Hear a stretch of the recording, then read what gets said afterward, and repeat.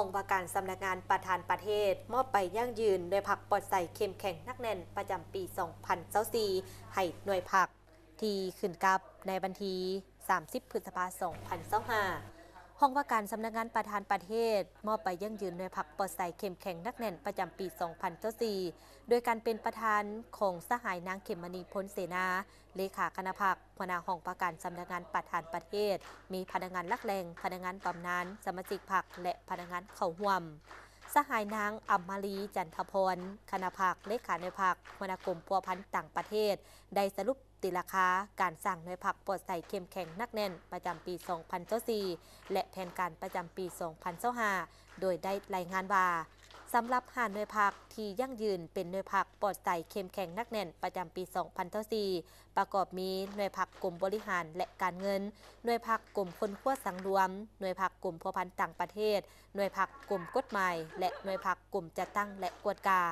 ซึ่งแต่ละหน่วยพักมีพลบทบาทในการนำพาซี่น้ำจัดตั้งปฏิบัติหน้าที่การเมืองของบรรดากลุ่มองค์การจัดตั้งมหาชนที่ขึ้นกับความรับผิดชอบของตน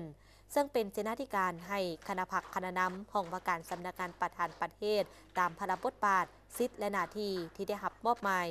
โดยพรรคได้เอาใจใส่นำพาทางด้านการเมืองโดยสุกยูปุกระดมสมาชิกพรรคพนักงานรัฐกรเข้าร่วมรับฟังการเผยแพร่เสื่อมซึมเอกสารแนวทางนโยบายของพรรคระเบียบกฎหมายพรรคกฎหมายของรัฐมติคำสั่งคำแนะนำหมุนเสื้อวันสำคัญต่างๆของชาติและของสากล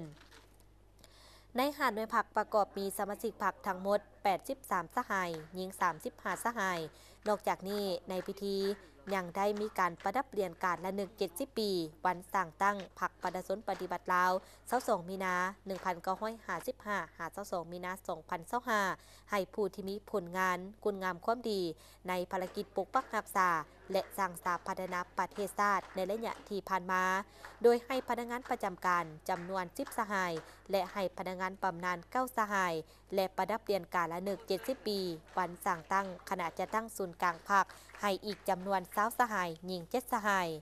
ในตอนท้ายสหายอินทปัญญาเกี่ยววงประจันห้องเลขาคณะพรรคห้องหัวหน้าห้องประการศูนย์กลางพรรคก็ได้เผยแพร่คำแนะนำเกี่ยวกับการก่อสร้างหน่วยพรรคปลอดใส่เข้มแข็งนักแน่น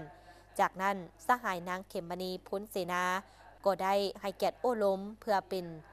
การชี้ทิศเนียงทางในการจะตั้งปฏิบัติการสร้างหน่วยพรรคปลอดใส่เข้มแข็งนักแน่นประจำปี 2025ให้บรรลุตามแผนที่ได้กำหนดไว้